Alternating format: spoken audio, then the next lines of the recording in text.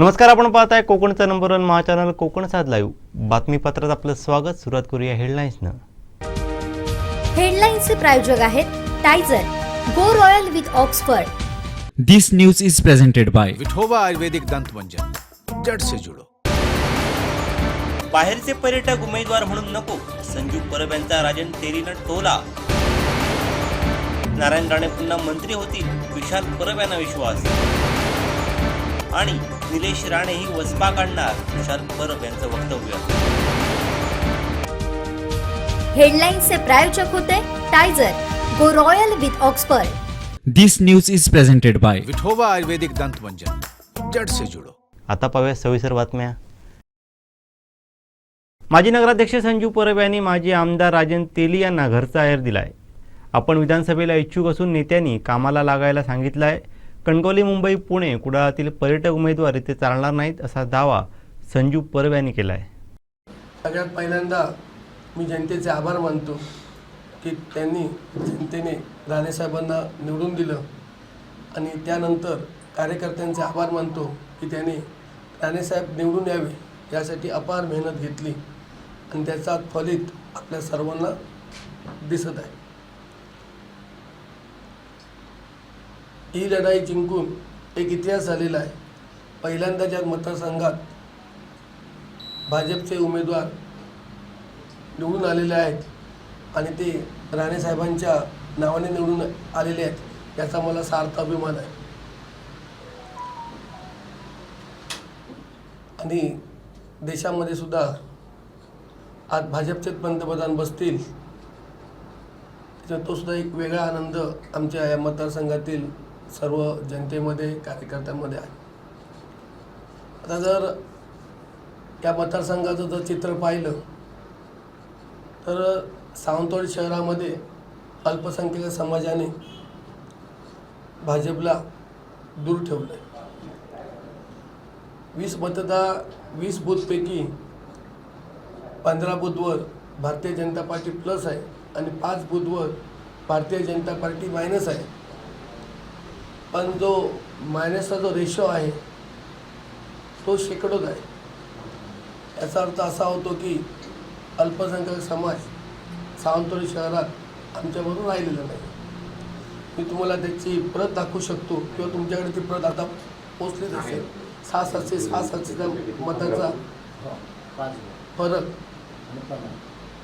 त्याचप्रमाणे इतर संविधानाचा जो मुद्दा होता, जो विरोधकांनी उचलला होता, त्याचा फायदा सुद्धा या शहरात शिवसेनेला होताना, उद्धव सेनेला होताना दिसतो. पण यापुढे निश्चित अल्पसंख्याकाची मतं भाजपला सोडून जाऊ नयेत. पण त्यांचे जे काही गैरसमज असतील ते दूर करण्याचा निश्चितपणे प्रयत्न केला जाईल.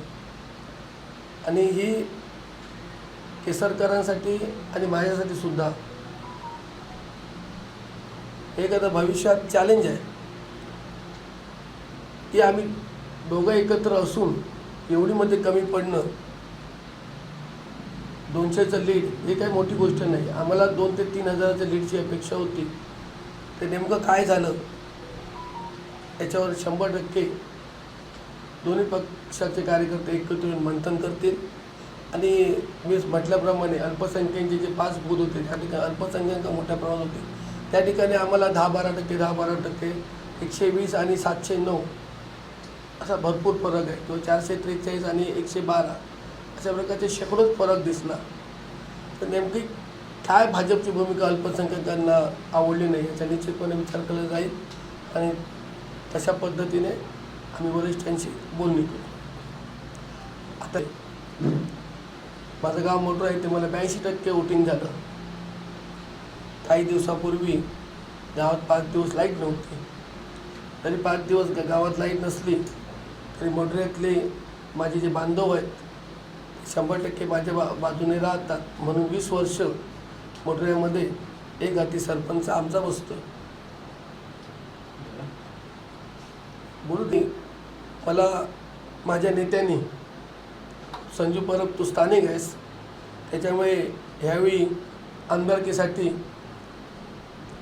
माझ्यासमोर तुझंच नाव आहे असं माझ्या नेत्यांनी मला सांगितलं आणि ती तयारीला लाग. त्याच्यामुळे मला नेत्यांचा आदेश मिळालेला आहे की या मतदारसंघात भारतीय जनता पार्टीमधून संजू तू कामाला लाग असे मला वरिष्ठ नेत्यांनी आदेश दिले नाहीत. कुठच्या कार्यकर्त्यांनी किंवा आणि कोणत्या जिल्हाध्यक्षांनी दिलेलं नाही. मला नेत्यांनी सांगितलेलं आहे की तू कामाला लाग. त्याच्यामुळे नेत्यांचा आदेश मानून मी स्थानिक म्हणून यापुढे आमदारकीची तयारी करेन आणि सावंतवाडी नगराध्यक्ष या नात्याने बघेन की अल्पसंख्याक कशासाठी लांब गेले त्याचा अभ्यास करेन. त्यांच्यामध्ये पण आम्ही गेला त्या ठिकाणी सुद्धा 213चं लीड त्यांना सांगतो तुम्हाला. ज्या व्यक्तीने सांगितलं होतं 5 दिवस गाव लाईट नाही तर काय करू शकले नाहीत त्यांना मला असं सांगायचं आहे गेली 20 वर्ष आता मला 82% मतं मिळाली. त्याच्यामुळे माझ्या गावात लाईट नसली ते संजू परत प्रयत्न होतं सगळ्यांना माहिती असं कोणतरी येऊन सांगून त्याच्या आधी लाईटी गेलेल्या आहे. त्याच्या आधी अनेक असे झालेले आहे. तरी 20 वर्ष मी सांगेन तोच सरपंच बसलेला आहे. कोणता तरी सरपंच बरोबर 22 वर्ष मी सरपंच बसवतो. हे माझी गावात ताकद आहे. 22 वर्ष जिल्हा परिषद आमदारकी वगैरे सगळ्यांना वोटिंग तरी जास्त होतं. आज 455 एवढ्या छोट्याशा गावात 455 लीड आहे. 82% मोढऱ्यावर बोललं गेलं नाही. कोण बोलत तुम्ही छापून आणलं. ज्यांनी छापलं ते लिहितील. ज्यांनी छापलं ते लिहितील. ज्यांनी लिहिलं ना समजा उदाहरण राजेश नाईकने जर लिहिलं असेल तर राजेश नाईक त्याच्यावर उत्तर देईल. मला माझ्या नेत्यांनी सांगितलं तू स्थानिक आहेस. माझ्या नेत्यांनी सांगितलं तू स्थानिक आहेस. स्थानिकाला यावेळी प्राधान्य दिलं जाईल. त्याच्यामुळे तू कामाला लाग. आलेल्यांना इथं आता संधी मिळणार नाही. बाहेरून आलेल्यांना बाहेरून खूप आले. तुम्हाला सांगतो बाहेरून मुंबईतनं शैलेंद्र परब येत आहे. शैलेश परब पुण्यातनं आलेत. कणकोलीतनं आलेत. कुडाळातनं आले. हे सगळे कोणी स्थानिक नाहीत. पर्यटकांना स्थान नाही. स्थानिकांना प्राधान्य पर्यटकांना प्राधान्य नाही. या बघा ह्या स्थानिक निवडणुका ज्या असतात किंवा ह्या असतात ह्या स्थानिक पातळीवर निवडल्या जातात. देशाची निवडणूक झाली देश पातळीवर या मतदारसंघात आम्ही सक्षम आहोत. मी तुम्हाला उदाहरण देतो. 2 मिनिटं उदाहरण देतो. नाही सन्माननीय शिवराम जोळी या भागाचे 10 वर्ष आमदार होते. आज ते कुठे आहेत? ते स्थानिक होते का? म्हणून स्थानिक पाहिजे. शिवरामराजे इथं होते. मटकर इथेच राहिले. प्रवीण भोसले इथंच राहिले. म्हणून स्थानिकांना प्राधान्य. जनतेच्या एकदा आमदार झाल्यानंतर जनतेची शेवटपर्यंत सेवा केली पाहिजे. म्हणून स्थानिक पाहिजे. मी बोलतो 2019 याच्यामध्ये पक्षाने दिलेले आदेश आम्ही पाळले होते. तुम्ही उगाच काहीतरी सांगू. सेना माझी सावंतवाडीत 31,000चं लीड मिळालं. कमी कसं पडलं? कारण दिलं अल्पसंख्याकांनी आम्हाला बाजूला ठेवलं. हे सगळे 5 जे त्यांचे बूथ होते ते 5 बूथवर आम्ही शेकडोनी मागे आहोत. त्याचा फटका बसला. त्याचा अधिकार आहे. 6 महिन्याने काय होईल मी आज सांगू शकत नाही. भारतीय जनता पार्टीचं मी स्थानिक आहे. बीजेपीकडे मी उमेदवारी मागणार आणि ठामपणे मागणार आणि दिला तर निवडून येणार. कारण स्थानिक आहोत. 20 वर्ष काम करतोय. निलेश राणे यांच्या पराभवाचा वचपा नारायण राणे यांनी काढला. येणाऱ्या काळात कुडाळ मालवण मतदारसंघातून निलेश राणे नारायण राणेंच्या पराभवाचा वचपा काढतील असा विश्वास विशाल परब यांनी व्यक्त केला आहे. नक्कीच सन्माननीय निलेशजी राणे साहेब आमदार होणार आहेत. कारण 26,000चं 27,000चं लीड हे संपूर्ण कुडाळ मालवणने दिलेलं आहे. निलेशजी राणे साहेब यांची कार्यपद्धती सुंदर आहे. त्या ठिकाणी ते सुंदर काम करत आहेत. आज निलेशजी राणे साहेबांनी 2014चा पराभव 2019चा पराभव आम्ही स्वतः डोळ्याने पाहिलेला आहे. आज आम्हाला काल ते दिवस विचार करत होतो. कारण ज्यावेळी पडतंय त्यावेळी कोणी येत नाही. जेव्हा निवडून येतात तेव्हा सगळी लोक येतात. हा आजपर्यंतचा इतिहास आहे. त्यामुळे निलेशजी राणे साहेब नक्कीच त्या ठिकाणी राणे साहेबांच्या पराभवाचा वचपा काढणार. केंद्रीय मंत्री नारायण राणे यांचा मोठा विजय कोकणात झाला. मतदारसंघात कमळ फुललं. पुन्हा एकदा राणे केंद्रीय मंत्री होतील असा विश्वास भाजपा युवा मोर्चा उपाध्यक्ष विशाल परब यांनी व्यक्त केला आहे. सर्वप्रथम मी आजची जी पत्रकार परिषद आहे ती आज आमच्या कोकणचे भाग्यविधाते सन्माननीय नारायणराव राणेसाहेब यांचा काल झालेला विजय या निमित्ताने आहे. आजची पत्रकार परिषद ही सन्माननीय राणेसाहेबांचा विजय आणि आमच्या कोकणी जनतेने आमच्या राणेसाहेबांवर ठेवलेला विश्वास याकरिता आहे. सिंधुदुर्ग जिल्हा आणि रत्नागिरी जिल्हा या दोन्ही जिल्ह्याने राणेसाहेबांना भरभरून मतदान केल्याबद्दल एक महाराष्ट्र राज्याचा युवा मोर्चाचा नेतृत्व म्हणून मी आजची पत्रकार परिषद घेत आहे. आज आमचा आनंदाचा उत्सव आहे, दिवस आहे. आम्ही संपूर्ण कालपासनं सगळी मंडळी आनंदामध्ये आहोत. संपूर्ण कोकणातील जनता आनंदात आहे. कित्येक वर्षानंतर भारतीय जनता पक्षाचं कमळ हे चिन्ह आमच्या या मतदारसंघामध्ये आलं आहे आणि जो सुकून म्हणतात, जे समाधान म्हणतात, ते आमच्या या मतदारसंघामध्ये आलेले आहे. आज राणेसाहेबांचा विजय हा सर्वसामान्य कार्यकर्त्यांनी केलेल्या मेहनतीचं फळ आणि फळाचं वटवृक्षामध्ये जे काही रोपण झालं ते काल झालं आणि राणेसाहेबांना चांगलं मताधिक्य हे सिंधुदुर्ग जिल्ह्यामध्ये मिळालं आहे. मला वाटतं प्रत्येक बूथ प्रमुखापासून संपूर्ण कार्यकर्त्यांच्या फळीमुळे, विशेष करून जो तळागाळामध्ये बूथवर बसतो, गावामध्ये घराघरात जातो, अशा प्रकारच्या कार्यकर्त्यांमुळे हा विजय संपन्न झालेला आहे. सगळे कार्यकर्ते जोमाने पेटून उठले. अनेक वर्षानंतर आपल्या हक्काचा खासदार आम्हाला मिळालेला आहे. मला आठवतंय आम्ही खूप कमी वयाचे होतो. 2014मध्ये सन्माननीय निलेशजी राणे साहेबांचा पराभव झाला. 2019मध्ये निलेशजी राणे साहेबांचा पुन्हा पराभव झाला. कुडामध्ये सन्माननीय राणे साहेबांचा पराभव झाला. असे अनेक पराभव पाहून माझ्यासारखा एखादा छोटासा कार्यकर्ता रस्त्यावर बसून रडत होता. ही खरी परिस्थिती आहे. आज कोकणी जनतेला परत आमचा सन्मान झालेला आहे. कोकणी जनतेचा नेतृत्व दिल्लीमध्ये पुन्हा देशातली सगळ्यात मोठं सभागृह पार्लमेंटमध्ये, लोकसभेमध्ये राणेसाहेब पुन्हा गेले. याबद्दल मी सगळ्या जनतेला हात जोडून खूप धन्यवाद मानतो. कारण अशा प्रकारचं विजय मिळणं ही काळाची गरज होती आणि ती काल आमचा विजय आम्हाला संपन्न झालेला आहे. कुठे कमी मतं पडली आणि कुठे जास्त मतं पडली हे पाहण्यापेक्षा राणेसाहेबांचा विजय झाला म्हणजे कोकणमध्ये पुन्हा कमळ फुललं आणि सन्माननीय नरेंद्रभाई मोदी साहेबांच्या नेतृत्वाखाली काम करत असताना राणेसाहेब पुन्हा एकदा मंत्री होतील. राणेसाहेब हे आमचे वडील आहेत. राणेसाहेब हे आमचं इथलं गोरगरीब जनतेचे नेते आहेत.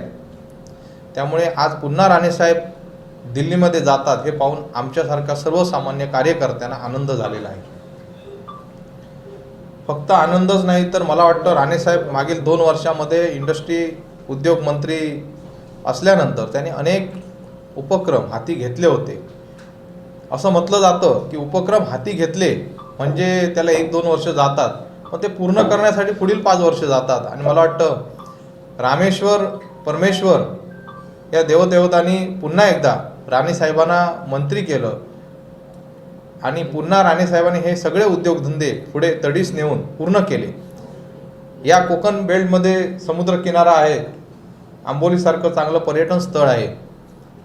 मला वाटतं सिंधुदुर्गपासून एका टोकापासून ते रायगडच्या एका टोकापर्यंत संपूर्ण बेल्ट हा राणेसाहेबांच्या मतदारसंघामध्ये येतोय आणि या ठिकाणी चांगली 5 स्टार पंचतारांकित हॉटेल्स येतील. इथे उद्योग तयार होतील, येथील इंडस्ट्री तयार होतील, आडाळीसारखे चांगले उद्योग MIDC तयार होतील. यासाठी कदाचित परमेश्वराने पुन्हा एकदा राणेसाहेबांना चान्स दिला असावा. सर्वसामान्य जनतेच्या अपेक्षा खूप मोठ्या आहेत. आम्ही ते सांगण्या एवढे मोठे नाही आहोत, परंतु राणेसाहेबांच्या माध्यमातून अनेक प्रकल्प या कोकणामध्ये नक्की लवकरात लवकर पूर्ण होतील. मला वाटतं आम्ही लहान असताना चिपी एअरपोर्टसारखं नाव ऐकलेलं होतं, पण ते एअरपोर्ट त्यांनी सुरुवात करून दाखवलं. अशा प्रकारचे अनेक उद्योग राणेसाहेब आणतील अशी आम्हाला सर्व कार्यकर्त्यांना अपेक्षा आहे. याकरिता ही आजची पत्रकार परिषद आहे. आज उद्योगधंदे मुंबई पुण्यामध्ये न जाता या ठिकाणी चालू होण्यासाठी आम्ही राणेसाहेबांना बऱ्यापैकी सर्व कार्यकर्ते पुन्हा एकदा साकडं घालू की साहेब आमचे हे उद्योग सगळे तुम्ही पुन्हा देश लेवलवरनं आमच्या कोकणामध्ये आणावे, इंडस्ट्रीज आणावेत, चांगले उद्योग आणावेत, जेणेकरून आमच्या 12वी आणि 15वी झाल्यानंतरची मुलं शिक्षणाला बाहेर जातात किंवा पोटापाण्यासाठी बाहेर जातात ती थांबावी. त्यामुळे आज आनंदाचा दिवस आहे. आम्ही मिठाई वाटून सगळीकडे साजरा केला आहे. सावंतवाडी शहरामध्ये केला आहे, वेंगुर्ल्यामध्ये पण केला आहे, दोडामार्गला केला आहे, सिंधुदुर्ग जिल्ह्यात केला आहे, रत्नागिरीत केला आहे. आणि येणाऱ्या संपूर्ण पुढील सर्व इलेक्शन भारतीय जनता पक्ष चांगलं जोमाने काम करतील अशी आशा आहे. आणि पुढील सगळी इलेक्शन अशीच भारतीय जनता पक्षाची सगळी मंडळी जिंकतील अशी मी आशा बाळगतो. आणि आजच्या या संपूर्ण इलेक्शनचे खरोखर किंगमेकर जर असतील तर मी ठरवणारा मोठा कोण नाही, परंतु सर्वसामान्य जनतेला माहिती आहे की भारतीय जनता पक्षाचे कोकणचे नेते आणि महाराष्ट्राचे नेते सन्माननीय रवींद्रजी चव्हाण साहेब, आमच्या जिल्ह्याचे पालकमंत्री साहेब, त्याचप्रमाणे सन्माननीय निलेशजी राणे साहेब आणि सन्माननीय नितेशजी राणे साहेब या तिघांनाही मी धन्यवाद मानतो. कारण एक नेतृत्व असून चालत नाही, पण त्याच्या मागे जे किंगमेकर लागतात त्यापैकी ही आमची मंडळी सगळी आहेत. आणि सन्माननीय रवींद्रजी चव्हाण साहेबांनी मला वाटतं कोकणची जबाबदारी होती. पालघरमधील आमची सीट नक्कीच त्यांनी काढली, त्यांनी खूप चांगलं नियोजन केलं. ठाण्यामधली सीट सन्माननीय मुख्यमंत्री साहेबांच्या एरियातील आज विजय झाला. त्याचप्रमाणे रायगडमधील सीटसुद्धा आमचा विजय झाला. त्यानंतर सिंधुदुर्ग रत्नागिरीचा विजय झाला. मला वाटतं 4 ते 5 सीट आमच्या नियुक्त झाल्या, निवडून आल्या. त्यामुळे मी धन्यवाद मानतोय चव्हाण साहेबांचे, निलेशजी राणे साहेबांचे आणि नितेशजी राणे साहेबांचे. कारण उत्तम नियोजन हे रत्नागिरीमध्ये आमची कोणतीही फळी नसताना त्या ठिकाणी तयार केली. कारण रत्नागिरीमध्ये काही वर्षापूर्वी आमचं चिन्ह लोकांपर्यंत पोचलं नव्हतं, परंतु घर टू घर कसं चिन्ह पोचेल हे नियोजन सगळ्या आमच्या मंडळींनी केलं आणि आमचे राणेसाहेब विजयी झाले. आम्ही खूप लहान असल्यापासून राणेसाहेबांना पाहतोय, आमच्यासारखी अनेक मंडळी पाहते की राणेसाहेबांचं नाव हे दिल्लीपर्यंत जाणं ही आमच्यासाठी खूप मोठी गोष्ट आहे. यापूर्वी राणेसाहेब राज्यसभेवर होते, आज राणेसाहेब निवडून येऊन आमच्या लोकसभेमध्ये गेलेच. आज आम्हाला आनंद झाला आहे, कारण आमचं नेतृत्व हे पुढे गेलं तरच आमच्यासारखे युवक पुढे येतील. त्यामुळे संपूर्ण आमच्या या सावंतवाडी मतदारसंघातील सगळे नेते म्हणजे महायुतीचे सगळे नेते, दीपकभाई असतील, राजन तेली साहेब असतील, सन्माननीय संजूभाई परब असतील, महेशजी सारंग असतील, सगळ्यांना मी धन्यवाद मानतोय. महिला वर्ग असतील, युवक वर्ग असतील, प्रत्येकाने मनापासून काम केलं. तुझा भाव न ठेवता कार्यकर्त्यांनी जसं जसं ज्याला ज्याला जमेल तसं प्रत्येकाने काम केलं. त्यामुळे मी सर्वांना मी धन्यवाद मानतोय. आमच्या शहरातील सगळी मंडळींनी खूप चांगलं काम केलं. कारण मला वाटतं 1-1.5 महिना आमची सीटसुद्धा जाहीर झाली नव्हती. अवघ्या काही मिनिटाच्या अंतरावरती राणेसाहेबांचं नाव जाहीर होऊन सुद्धा आज राणेसाहेबांचा चांगला विजय झाला. याबद्दल मी संपूर्ण जनतेचं धन्यवाद मानतोय आणि आमच्या या नेत्यांना पुढील संपूर्ण भवितव्यासाठी आणि आमच्या सगळ्या कार्यकर्त्यांकडनं शुभेच्छा. महान नेते आहेत, ते महाराष्ट्राचे पहिल्या फळीतील नेते आहेत. त्यांच्यापर्यंत आम्ही पोहोचू शकत नाही किंवा बोलू शकत नाही, परंतु दीपकभाई केसरकर आपल्या पद्धतीने काम त्यांनी केलं.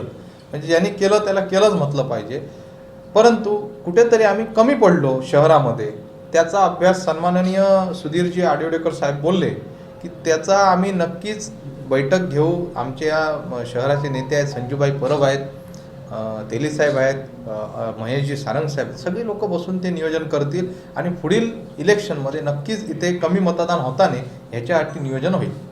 मला वाटतं का एक मराठाचा जो मुद्दा आलेला, मराठा समाजाचा जे उपोषण केलं होतं जरांगेने, त्याचा पण याच्यावर प्रभाव पडला असेल.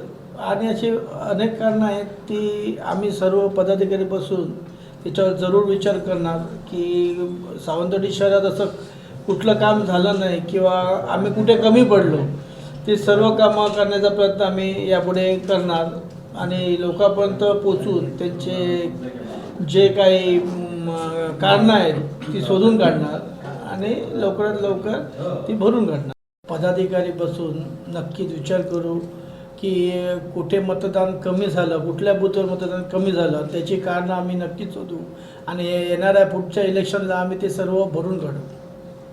लोकसभा निवडणुकीत सिंधुदुर्ग रत्नागिरी लोकसभा मतदारसंघातून नारायण राणे विजयी झाल्यानंतर आज वेंगुर्ला तालुका भाजप पदाधिकारी यांच्या वतीने फटाके वाजून पेढे भरून व जोरदार घोषणाबाजी करत जल्लोष करण्यात आला आहे.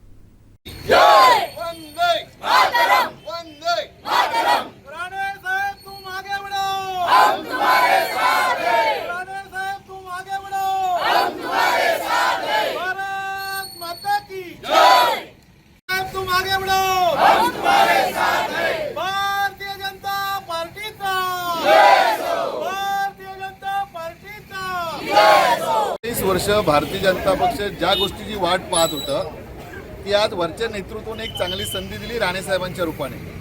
आणि म्हणून सगळ्याच कार्यकर्त्यांना एक अतिशय आनंद एवढ्यासाठीच आहे की कमळ निशाणीवर राणेसाहेबांना मतदान करायला मिळालं आणि 45 वर्षानंतर पहिल्यांदा भारतीय जनता पक्षाचा स्वतःचा खासदार हा आज लोकसभेत या ठिकाणी पाठवण्याची संधी कोकणाच्या रत्नागिरी सिंधुदुर्गच्या जनतेला या ठिकाणी मिळाली. म्हणून सगळीच कार्यकर्ते, सगळी इथली जनता, इथले जे सगळे आमचे संघ परिवारातली सगळी मंडळी असतील ती मनापासून या ठिकाणी खुश आहेत की आज पहिल्यांदा एक चांगली संधी या माध्यमातून मिळाली. सावंतवाडी विधानसभेत मोठं लीड मिळालेलं आहे, जोरदार ताकद लावण्यात आलेली होती. काय सांगाल आणि याचं फळ झाल्याचं वाटते का? काय सांगाल?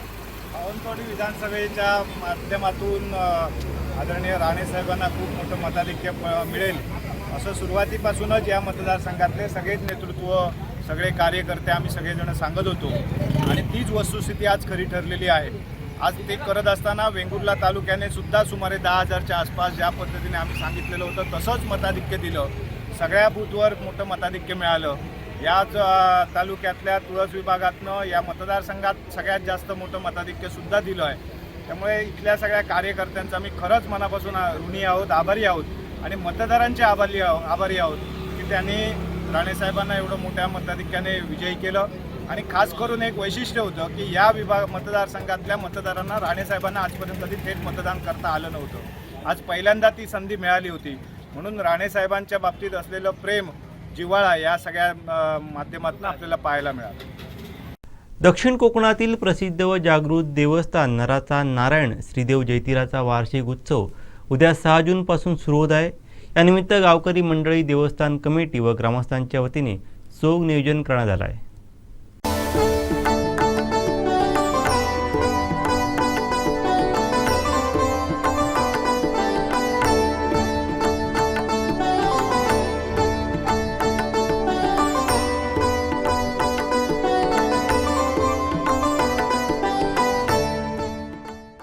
सिंधुदुर्ग जिल्ह्यातील प्रसिद्ध व जागृत देवस्थान नराचा नारायण म्हणून प्रसिद्ध असलेल्या श्रीदेव जयतीराचा उत्सव उद्या 6 जूनपासून या ठिकाणी सुरुवात होतो आहे.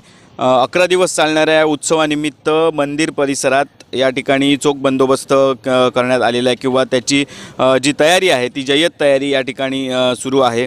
आपण माझ्या मागे बघू शकतात मंदिराला आकर्षक विद्युत रोषणाई या ठिकाणी करण्यात आलेली आहे. त्याचप्रमाणे मंदिर परिसरात विविध खाद्यपदार्थांची किंवा इतर वस्तूंची दुकानंही थाटण्यात आलेली आहेत. जवळजवळ 11 दिवस हा उत्सव या ठिकाणी चालतो आणि यासाठी जे नियोजन आहे ते स्थानिक देवस्थान कमिटी असेल, या ठिकाणचे ग्रामस्थ असतील किंवा गावकर मंडळी असतील यांच्यामार्फत करण्यात आलेली आहे. आणि भाविकांना श्रीदेव जयतीराचं योग्य पद्धतीने दर्शन व्हावं यासाठी सुद्धा या ठिकाणी रांगेत दर्शन घेण्यासाठी सुद्धा या ठिकाणी नियोजन हे करण्यात आलेलं आहे.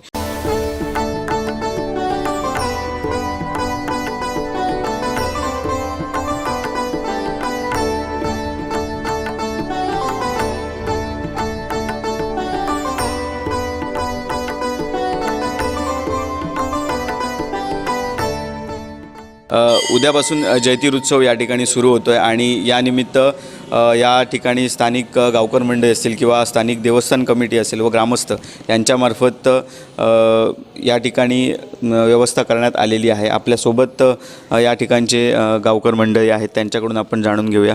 जैतूर उत्सव सुरुवात होतो आहे. एक मोठा उत्सव आपल्या सिंधुदुर्ग जिल्ह्यातील असतो. हजारो लाखो भाविक या उत्सवाला उपस्थिती दर्शवतात. तर काय सांगाल, कशा प्रकारे या ठिकाणी तयारी करण्यात आलेली आहे? ह्या ठिकाणी तयारी म्हणजे दरवर्षी जसा उत्सव असतो त्या पद्धतीत पूर्णपणे तयारी झालेली आहे. संध्याकाळी 3 वाजता देवाची सजावट, देवळाची सजावट, फुलांची सजावट करण्यात येते. त्या पण रीतिरिवाज आपण मानकरी सर्व येऊन पूर्ण तयारी केली. त्या पण दुकानदार, इथले स्थानिक लोक या तयारीत पूर्णपणे तयारी झालेली आहे. जैतीर आज रात्रीच हा उत्सव खऱ्या अर्थाने सुरू होतो. तर कशा प्रकारे रात्रीपासून या उत्सवाची सुरुवात होते आणि पूर्ण दिवस हा कसा चालतो, काय सांगाल? आत्ता आमच्या मूळ पद्धतीप्रमाणे दुपारी देव आणल्याच्यानंतर ते देव सजवणार, साड्या वगैरे नेसवणार. त्याप्रमाणे जे रुपडं असतं जैतिराचं त्याच्यावर चांदी चोंद्याचे तुरे असतात ते लावणार, नंतर सजवणार. त्यानंतर रात्री पुन्हा देव मांडावर येणार आणि उद्या पुन्हा दुपारी संपूर्ण दिवस देवस्थानचं धार्मिक विधी चालू होणार. उद्या लाखो भाविक या श्रीदेव जैतिराच्या दर्शनासाठी येतात. त्याचप्रमाणे कशी व्यवस्था आहे मंदिरात करण्यात आलेली आहे भाविकांना सुलभ दर्शन होण्यासाठी, काय सांग?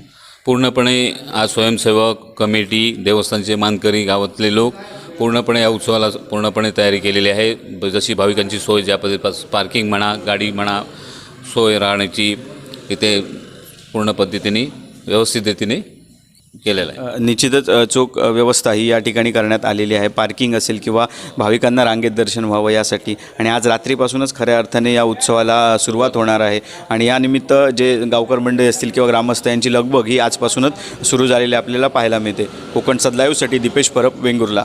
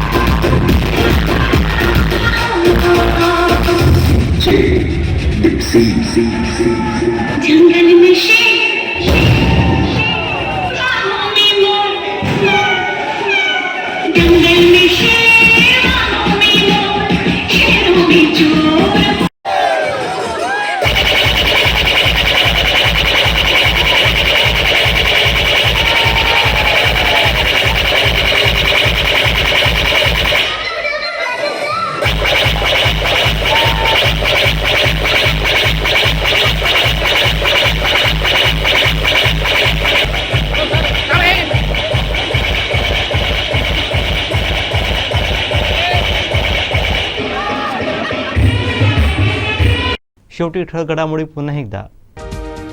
हेडलाईन्सचे प्रायोजक आहेत टायझर, गो रॉयल विथ ऑक्सफर्ड.